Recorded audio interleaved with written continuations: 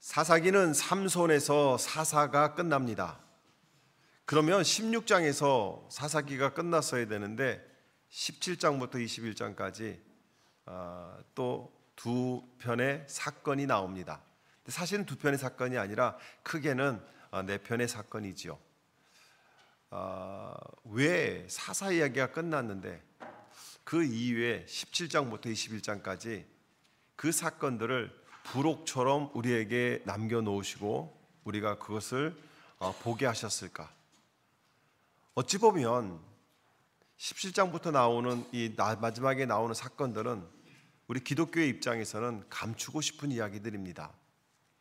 역사책을 보면 당시 왕들의 업적만 기록하라고 하지 그들의 실수와 잘못을 치부를 드러내려고 하지 않습니다.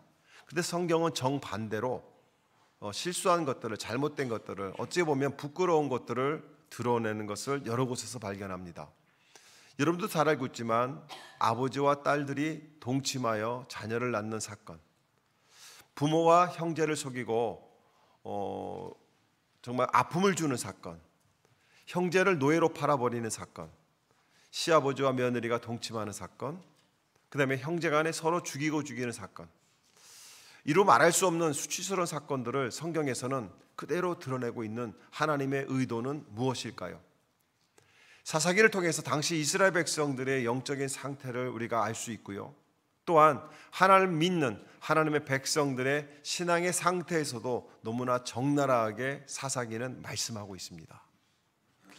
결론적으로 말씀드리자면 하나님께서는요, 자신의 백성들이 잘못된 예배와 신앙생활에 대해서 잘못된 사건들을 드러내어서 지적하고 무엇이 잘못됐는지를 너희들이 깨닫기 원하고 왜 그런 일들이 일어났는가를 우리가 살펴보고 하나님의 방법이 무엇이고 하나님이 원하는 방식이 무엇인지를 우리에게 말씀하고 있다는 겁니다. 여러분, 우리는 생각하고 살아갑니다. 그런데 우리는 말씀을 읽을 때 우리의 생각이 그 말씀에 첨가가 되면 안 된다는 사실을 아십니까? 이단은 처음부터 이단이 아니었어요. 우리가 기독교에서 이단이라고 하는 그 이단들은 처음에는 하나님을 믿는 사람들로 시작이 됐습니다. 그런데 본래의 하나님의 말씀에 자기의 경험과 생각이 들어가기 시작하고요, 자기의 관점에서 성경을 해석하기 시작하고요, 자기가 이해하는 만큼만 성경을 보려고 하다 보니까 말씀에 자기의 생각이 들어가기 시작합니다. 어떤 목사님이 설교에서 이렇게 얘기합니다. 무당이나 신천지, 구원파 이런 종교들은 드러낸 이단 종교라고 한다면 더 문제가 되는 것은 교회 안에, 기독교 안에 성도들 중에 말씀에 자신의 생각과 신념을 섞어서 세상적인 가치관과 기준을, 세상적인 철학과 세상적인 어떤 관점에서 성경을 읽고 또한 그것을 적용하려고 하다 보니까 원래 성경이 가지고 있는 뜻, 원래 성경과 상관이 없는 것들이 교회 안에서 이루어지고 예배들이 이루어지고 현대 교회 안에 말씀과 상관이 없는 이단들이 있는데 그것을 모르고 있다는 겁니다. 여러분, 이단은요, 하나님의 말씀에 자기의 생각을 더한 사람이 이단입니다. 그럼 이단이 아닌 사람은 누굴까요? 하나님의 말씀을 그대로 받은 사람은 이단이 아닙니다. 저는 이 말에 100% 동의합니다. 목회를 하면서 저는 성경을 내 생각대로 믿는 것이 아니라 내 생각대로만, 내 경험으로만, 내 신념으로만 보려고 하지 않고 객관적으로 성경에서 무엇을 말씀하고 있는지를 살펴보려고 합니다. 하나님의 뜻을 바로 알고자 하는 것이 있고요, 그 뜻에 맞는 신앙생활을 하려고 또 목회를 하려고 합니다. 그러다가 성경을 읽다 보면 이해가 안 되는 부분들이 있어요. 그러다 보면 제가 대충 이해하려고 하지 않고 저는요, 끈질기게 그 말씀을 뒤져갑니다. 예전에는 도서관에 가야 책들이 많았어요. 그런데 지금은 인터넷에서 너무나 많은 자료들이 넘쳐납니다. 논문을 찾아보고 또한 성경 해석들을 찾아보고 지금 뭐 수백 가지 언어로 해석이 되어 있죠. 원문을 찾아보고 그리고 원문의 뜻을 찾아보고 영어 버전도 수백 가지 있죠. 영어 단어들이 어떻게 사용이 되고 그래서 이 성경이 무엇이라고 말씀하고 있는지를 찾아서 내가 대충 생각하는 것이 아니라 하나님이 말씀하시는 그 뜻을 원뜻을 찾으려고 노력을 합니다.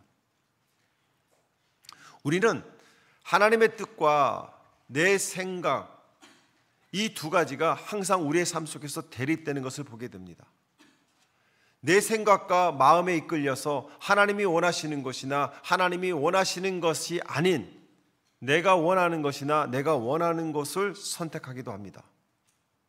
나는 하나님을 예배하고 하나님의 사역을 잘하고 있다고 생각하고 믿고 있기에 그것은 괜찮다고 생각하지만 하나님의 뜻이 아닌 내 생각과 내 경험으로 내가 원하는 곳에 쓰고 내가 원하는 것만 하게 된다고 한다면 그것은요 성경에서 이야기하는 이단입니다.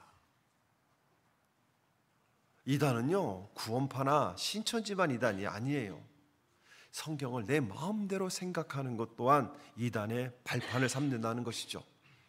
내가 지금 하나님 앞에서 예배하고 있고요 기도를 한다고 해서 그것이 과연 하나님이 받으시는 예배이고 하나님 받으시는 기도가 될까요? 내가 원하는 곳이 아니라 하나님이 보내신 곳에 내가 서 있어야 됩니다. 내가 원하는 예배가 아니라 하나님이 원하시는 예배를 드려야 돼요. 내가 무엇을 하고 있는가 보다도 내가 어디에서 누구를 위해서 하고 있는가가 더 중요하다는 겁니다. 그리고 내가 하는 것이 정말 하나님이 원하시는 것인가를 매 순간 살피고 또 살펴야 된다는 거예요. 신앙생활은 대충 하는 것이 아닙니다. 그렇게 대충 하다 보면 하나님을 예배한다고 하지만 하나님이 그 예배를 받지 않을 수도 있고요. 하나님께 기도한다고 하지만 하나님이 그 기도를 듣지 않는 수도 있다는 겁니다. 이것은 제 말이 아니에요. 누가복음 6장 46절에 이런 말씀이 있습니다. 어찌하여 너희는 나더러 주님 주님 하면서 내가 말하는 것을 행하지 않느냐. 주님 주님 하면서 왜 내가 말하고 있는 것을 듣지 않고 내가 말하고 있는 것을 행하지 않느냐. 왜 네 생각대로 하고 있느냐.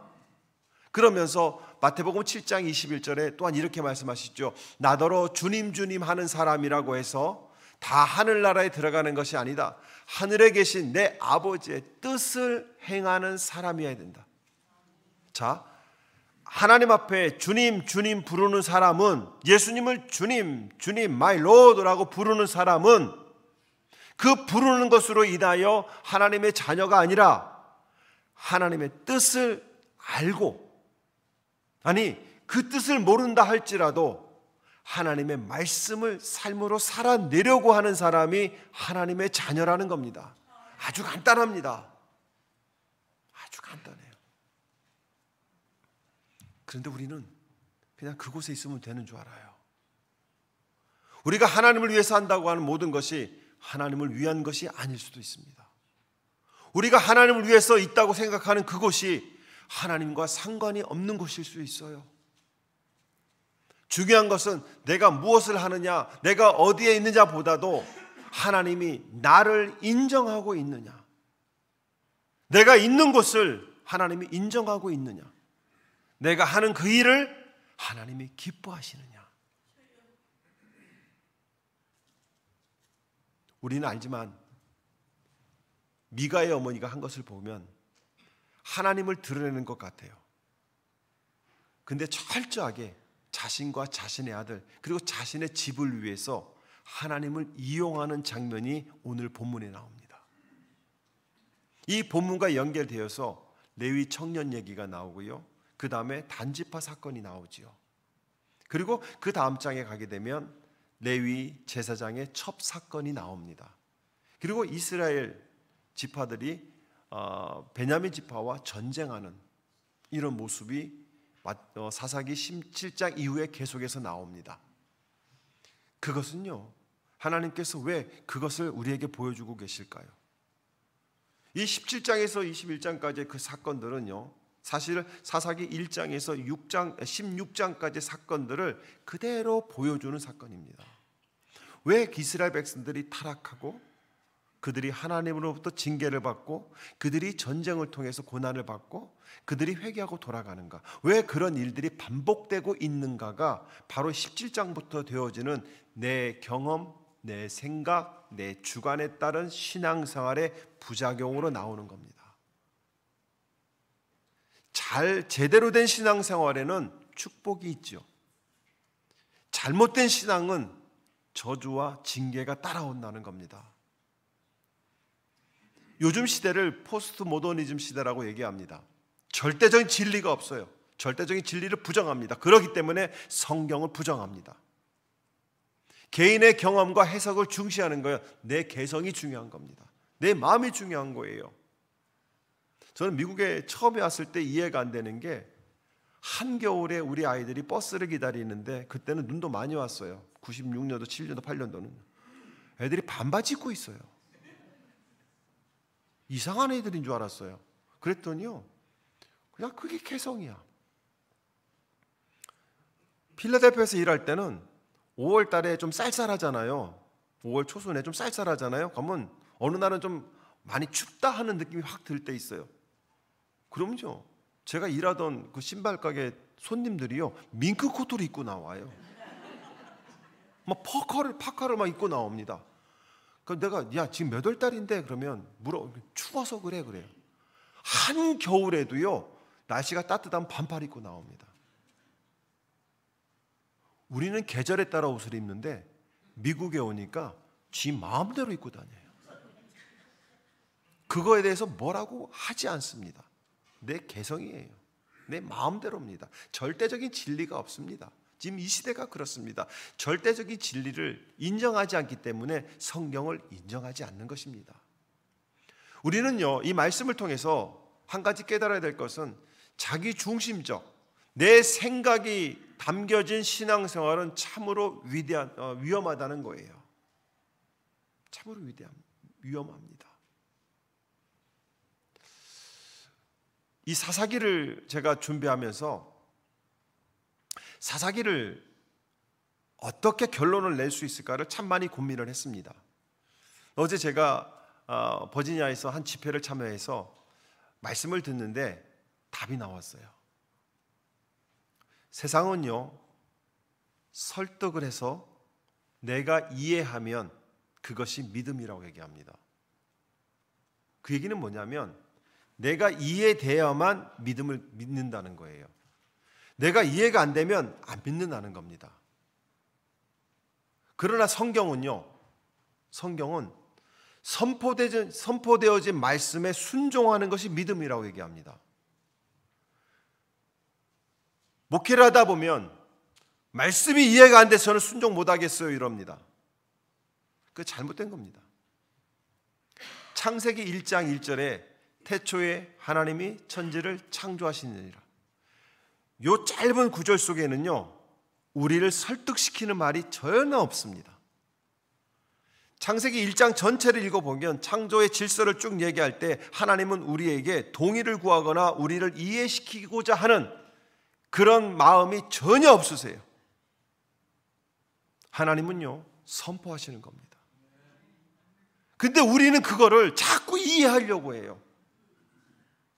그냥 믿는 겁니다. 우리 해군생활학교 학생들이 있어요. 우리 1학년들, 신입생들. 교관들이 앞으로 가 그러면요, 갑니다. 제가 왜 가야 될까? 저를 설득시켜 주세요. 이 소리 했다가 큰일 납니다. 뒤로 돌아 그러면 여러분, 오른쪽으로 돌아요? 왼쪽으로 돌아요? 오른쪽으로 돌죠. 그걸 또 한참 생각해. 또 오른쪽으로 돌거든요. 왼쪽으로 돌면 안 돼요? 안 돼? 자, 중요한 겁니다. 왜 왼쪽으로 돌면 안 돼? 왼쪽으로 돌면 안 돌아져? 이유가 없어요. 그렇게 정해져 있는 거예요. 뒤로 돌아 그러면 오른쪽으로 돌아야지 왼쪽으로 돌면 머리 박어 그럽니다. 그런데요, 저 학생들이요, 고등학교 때까지 자기의 생각대로 진로를 정하고 살아왔던 아이들인데 뒤로 돌아 그러면 저는요, 왼손잡이라 왼쪽으로 도는 게 편합니다. 이러면서 돌지 않아요. 오른쪽으로 돕니다. 왜? 그렇게 정해져 있어요.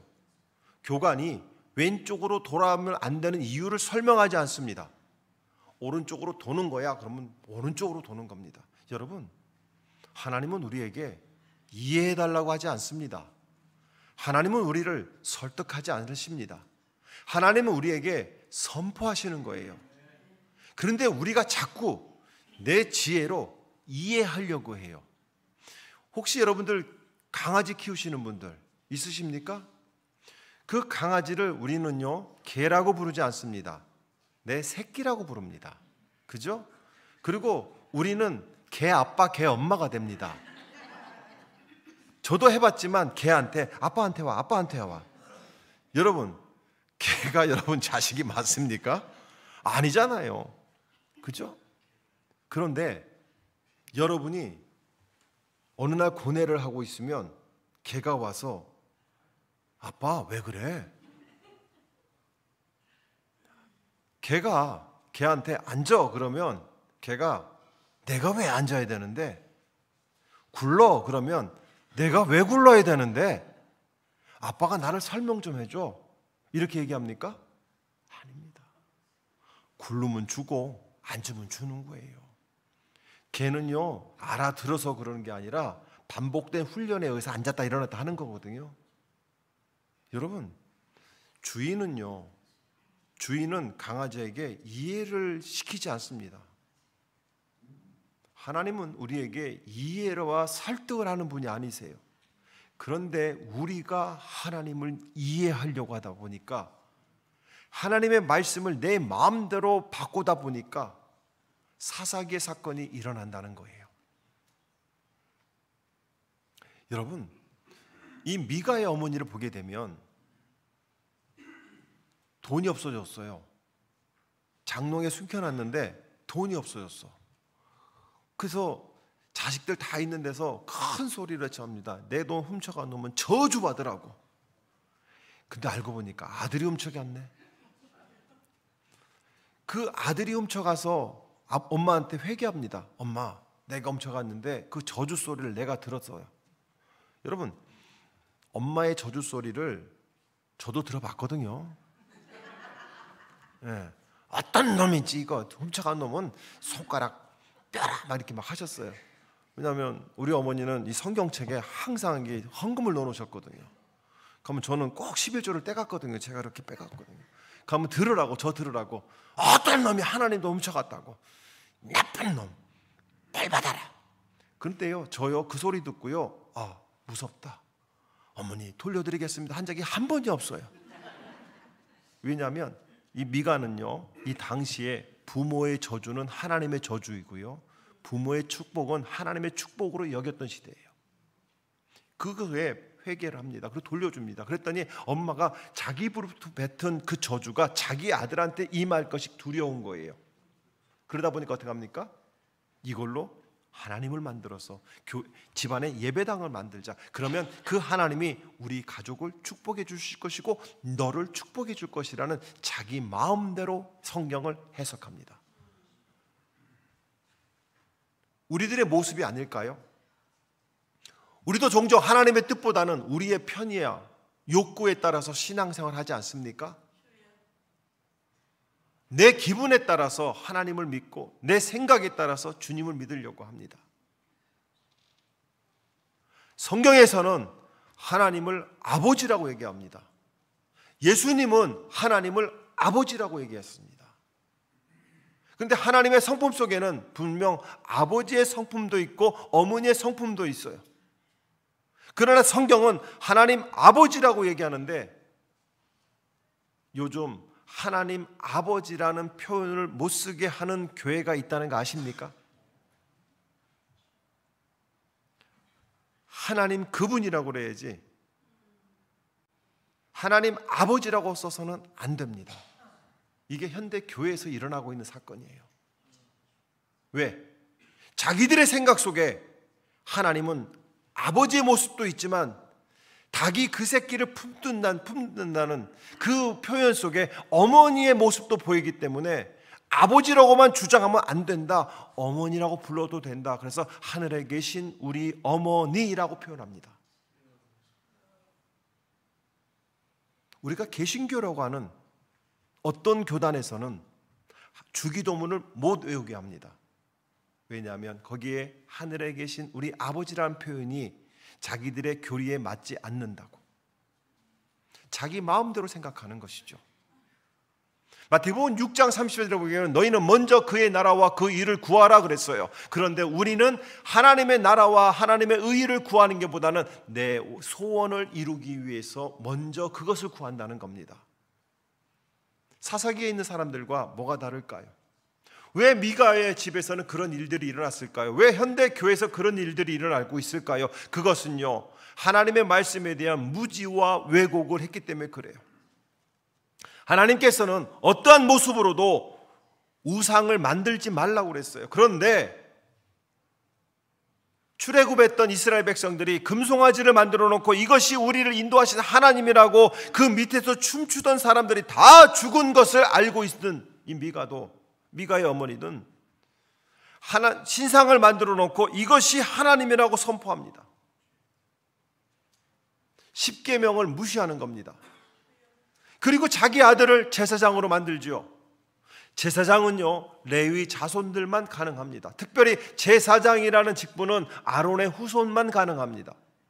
자기 마음대로 말씀을 바꿔버리는 겁니다. 왜 그런 일이 일어났을까요? 그것은요, 성경을 제대로 배우지 않고 그저 들리는 소문만, 들리는 이야기로만 신앙생활을 하다 보니까 무엇이 옳고 그른 줄을 모른 잘못된 신앙생활의 결과가 나타난다는 것이죠.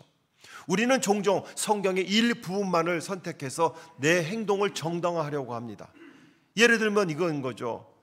교회만 오면 좋라. 예배만 시작하면 좋라. 왜 좋냐고 물어보면 뭐라고 대답합니까? 하나님은 사랑하는 자에게 참을 주시느니라. 내 마음대로 그것만 갖다 쓰는 거예요. 하나님은요, 사랑만 강요하시는 분이 아니라 사랑만 주장하는 분이 아니라 하나님은 공의의 하나님이세요. 징계와 또한 하나님은 심판의 하나님이기도 하십니다. 그런데 우리는 성경에서 어떤 부분들만 가져다가 내 마음대로 조합해버린다는 것이죠. 이러한 태도는요, 지금 많이 일어나고 있습니다. 마태복음 24장 11절에 그러한 세대를 향해서 하나님은 이렇게 얘기합니다. 또 거짓 예언자들이 많이 일어나서 많은 사람들을 홀릴 것이다 얘기합니다. 거짓 예언자들이 왜 사람들을 홀릴까요? 그들이 말을 잘해서 맞습니다. 말을 잘합니다. 그런데 왜 사람들이 넘어갈까요? 그들이 제대로 알지 못해서. 제대로 알면 속아 넘어가지 않습니다. 제대로 그것을 알면 절대 그 짓을 넘어가지 않습니다. 그러나 왜 교회를 다니던 사람들이 이단에 빠질까요? 그것은요, 제대로 성경을 몰랐기 때문에 비슷하게 하는 것을 이야기하는 것을 넘어가 버리는 겁니다. 사랑하는 성도 여러분, 또한 미가의 사건과 사사기의 사건은 하나님의 축복에 대한 잘못된 관점을 가지고 있어요. 그들에게 생각하는 축복은 물질입니다. 그들에게 갖고 있는 축복은 돈이 많은 겁니다. 그들의 축복은 오래 사는 겁니다. 그들의 축복은 건강한 겁니다. 그런데요, 성경에서는 그것이 축복이라고 얘기하지 않습니다. 성경에서는 그렇게 얘기하지 않습니다. 시편 16편 11절에 보게 되면 주님께서 몸소 생명의 길을 나에게 보여주시니 주님을 모시고 사는 삶에 기쁨이 넘칩니다. 주님께서 내 오른쪽에 계시니 그 즐거움이 영원토록 이어질 것입니다. 성경에서 얘기하는 첫 번째 복은 하나님과 함께하는 게 복이라고 얘기합니다. 하나님과 함께하면 건강하거나 약하거나 돈이 많거나 돈이 없거나 교회가 크거나 작거나 사람이 많거나 적거나가 아무런 문제가 없어요. 그거는요, 복 자체가 아니에요. 복은 내가 하나님과 함께 있느냐 없느냐가 복이라는 겁니다. 에베소서 1장 3절에는 하나님께서 그리스도 안에서 하늘에 속한 신령한 복을 우리에게 주신다고 그랬어요. 신령한 복이 뭘까요? 나를 자녀 삼아 주시고 나를 구원해 주시고 죄를 용서해 주시고 마음의 평안을 주는 것이 신령한 복이라는 겁니다. 내가 아무리 건강하고 돈이 많아도 내 마음이 지옥이면 그게 행복일까요? 내가 돈이 없고 가난해도 아파도 내 마음속에 기쁨이 넘쳐나면 이게 복이 아닐까요? 사랑하는 성도 여러분, 하나님은 복에 대해서 이렇게 말씀하시는데 미가는 돈이 많은 것, 잘 되는 것을 복이라고 얘기합니다. 여러분, 누가복음 11장 28절에는 오히려 하나님의 말씀을 듣고 지키는 사람이 복이 있다는 거예요. 즉 하나님의 말씀을 들을 수 있는 게 복이고요, 그 말씀을 내가 내 것으로 만드는 게 복이라는 것이에요. 우리는 자꾸 복을 어떤 물질로 봐서는 안 됩니다. 잘 되는 거로 봐서는 안 되는 거예요. 그런데요, 여러분, 고난이 복일까요, 아닐까요? 고난이. 마태복음 5장 10절에서 12절에 보게 되면 믿음으로 사는 것, 그래서 믿음으로 살다가 보니까 박해당하는 것은 복이라고 얘기합니다. 그러면 복의 개념이 우리가 생각하는 복의 개념과 성경이 이야기하는 복의 개념은 전혀 다릅니다. 우리는 건강하게 부자로 살고 좋은 차를 타고 자녀들이 잘 되고 이러면 복이라고 얘기합니다. 그러면 바꿔서 얘기해 봅시다. 돈이 없고 몸이 아프고 자녀들이 평범하게 살아가면 저주인가요? 아니잖아요. 그런데 우리는 자꾸 세상적인 관점으로 성경을 해석하다 보니까 복을 복으로 보지 못하고 우리는 잘못된 것을 복으로 생각한다는 것이죠.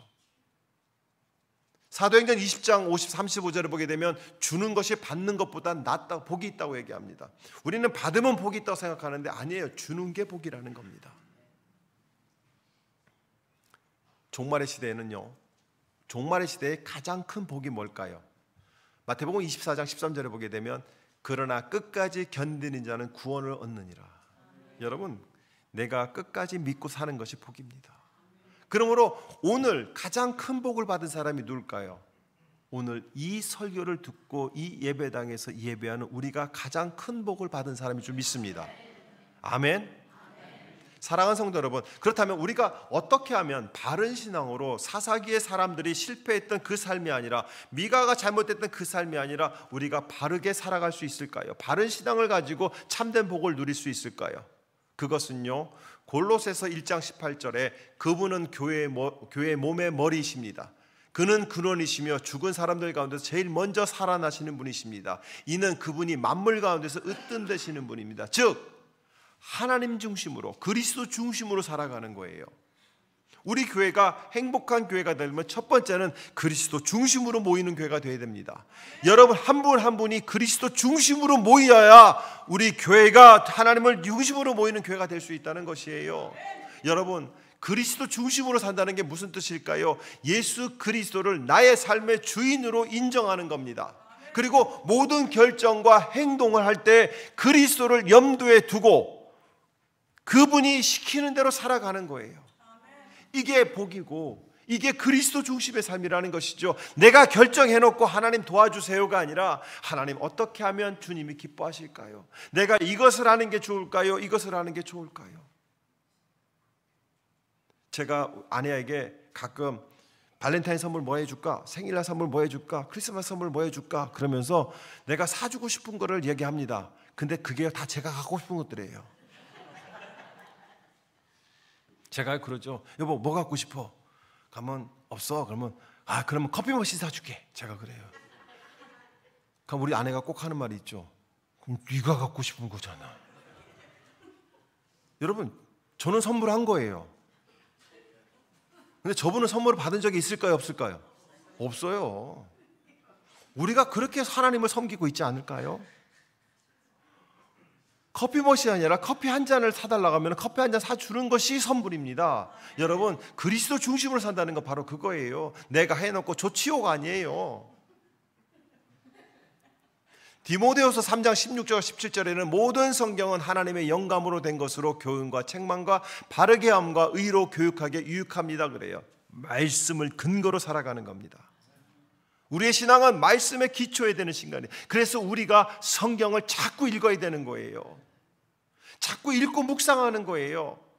하나님의 말씀을 그대로 인정하면서 살아가는 거예요. 믿으며 살아가는 겁니다. 말씀을 통해서 자꾸 알아가는 거예요. 그래서 시편에서는 이렇게 얘기합니다. 주의 말씀은 내 발의 등이요 내 길의 빛이니이다. 말씀이 인도하는 삶을 살아가야 됩니다. 여러분, 우리는요 하나님을 무당처럼 섬기면 안 돼요.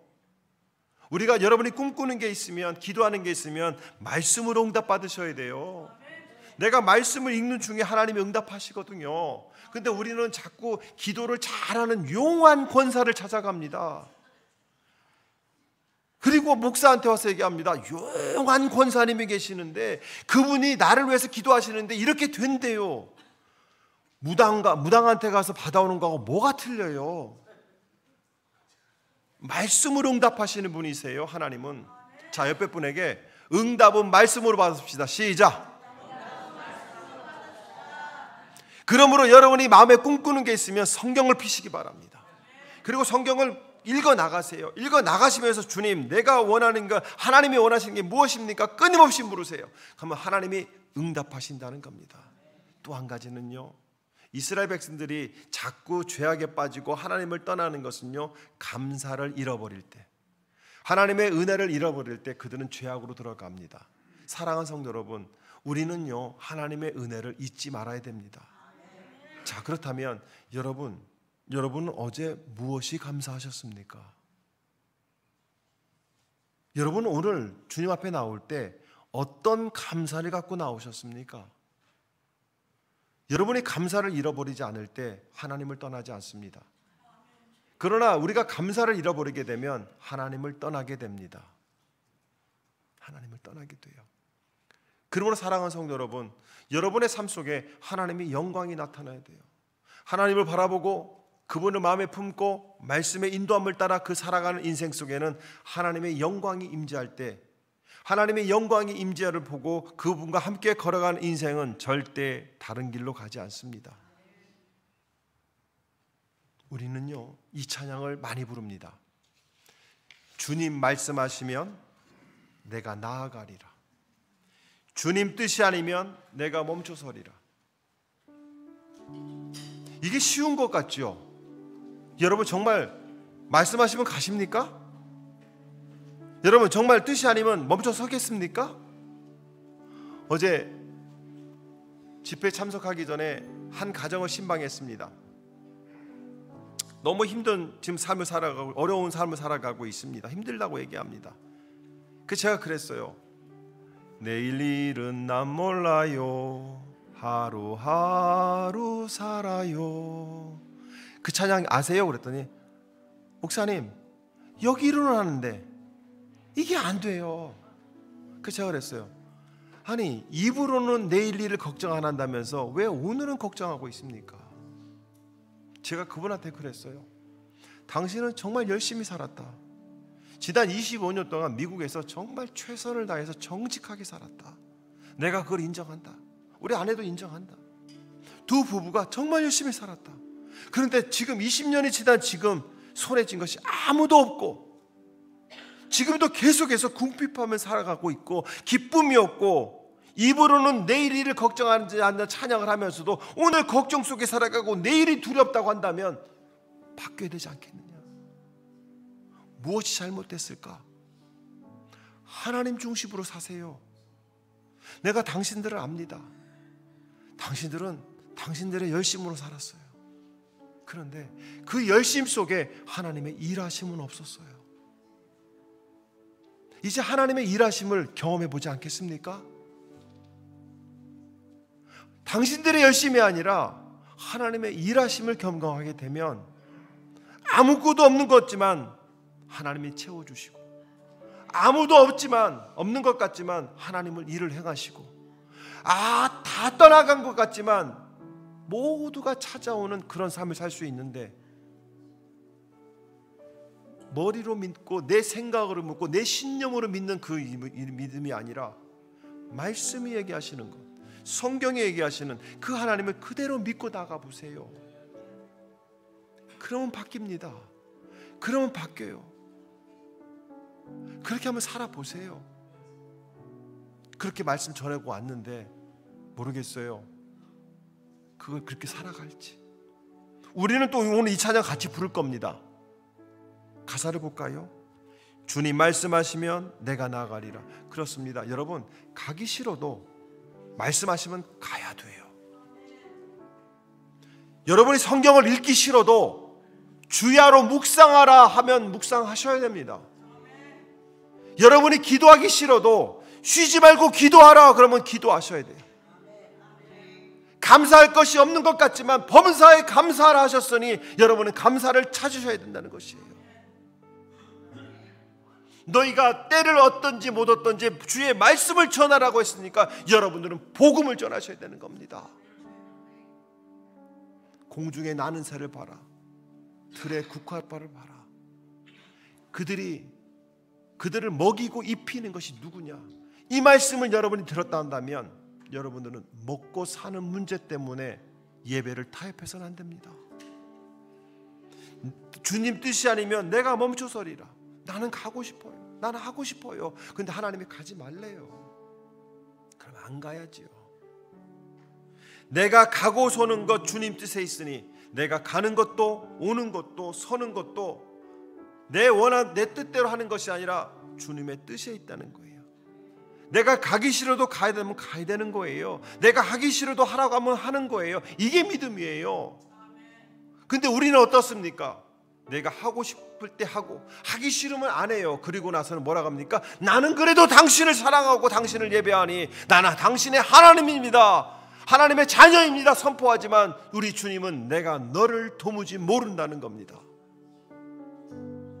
오 주님, 나를 이끄소서. 뜻하신 그곳에 내가 있기 원합니다. 내가 원하는 곳이 아니라 하나님의 뜻이 있는 곳에 내가 거기 있는 거예요. 제가 수요 성경 공부 때 이렇게 성도들에게 말씀드렸어요. 요즘 저는요 항상 딜레마에 빠져 있는 게요, 내가 가고 싶은 곳이 있는데 하나님은 여기 있으라고 하시니 어떨 때는 힘들 때가 있어요. 그런데요, 여기 있는 것이 주님의 뜻이니까 여기에서 최선을 다하는 겁니다. 여러분, 여러분이 하고 싶은 거 가고 싶은 거 저도 알아요. 하나님이 원치 않으세요.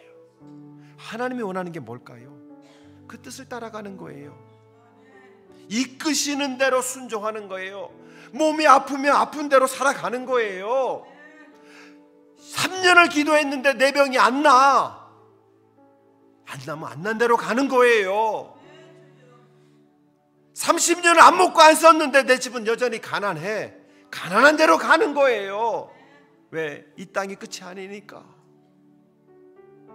연약한 내 영혼 통하여 일하소서. 여러분, 하나님이 일하시는 것을 보기만 한 것도 그것도 은혜이지만 중요한 것은 나를 통하여 일하신다는 거예요. 어떠한 영혼을? 주님 말씀에 집중하는 영혼을 하나님이 사용하신다는 겁니다. 저는 욕심이 있어요. 이 욕심은 하나님 앞에서도 저는 양보 안 할 거예요. 그게 뭐냐면 이 땅에 수백 개, 수만 개, 수천 개의, 수억 개의 교회가 있는데 저는 우리 교회가 하나님 앞에 가장 쓰임받는 교회가 되기를 소망합니다. 이 메릴랜드에 수많은 교회가 있지만 그 교회들에게 하나님 앞에 쓰임받는 일은 양보하지 않을 거예요. 우리 교회에 부어주십시오. 하겠습니다. 주님, 우리 성도들이 하겠습니다. 우리 성도 여러분, 그거 양보하지 마세요. 하나님 나라 영광은 저에게도 양보하지 마세요. 여러분, 시어머니에게도 양보하지 마세요. 박 집사님, 백권사님한테 양보하지 마. 해. 욕심내. 왜? 천국은 침노하는 자의 것이라고 그랬어요. 내가 잘 되면 시어머니도 행복해요. 내가 잘 되면 내 자녀들도 행복한 거예요. 사랑하는 성도 여러분, 그러기 위해서 우리가 살아가는 것은 주님 나라와 그 뜻을 위하여 우리가 나아가는 겁니다. 그러면 미가와 같이 엉뚱한 일 할 필요가 없고요, 레위 청년처럼 그 자리를 떠날 필요가 없는 거고요, 단지파처럼 맡겨주신 땅에서 도망하여 다른 나라의 평화를 깨뜨리는 사악한 짓을 할 필요가 없는 것이고요, 입다처럼 말이 빨라서 자기 딸을 번제로 드려버리는 이 실수 안 하게 됩니다. 왜? 주님의 뜻이 먼저이기 때문에. 사사기는 우리에게 그걸 도전하는 겁니다. 저는 여러분들이 하나님 말씀에 순종하기를 축복합니다. 우리 같이 찬양 부르실 때 입으로 부르지 맙시다. 부르면서 우리 마음으로 결단합시다. 주님 말씀하세요. 내가 가겠습니다. 주님 말씀하세요. 내가 멈춰 서겠습니다. 주님 말씀하셨으니까 내가 오늘부터 하겠습니다. 내가 할 수 있도록 능력 주시는 걸 내가 믿사오니 내가 잘하려는 것이 아니라 최선을 다하겠습니다. 하나님 나와 함께 해달라고 기도하는 마음으로 함께 찬양합니다.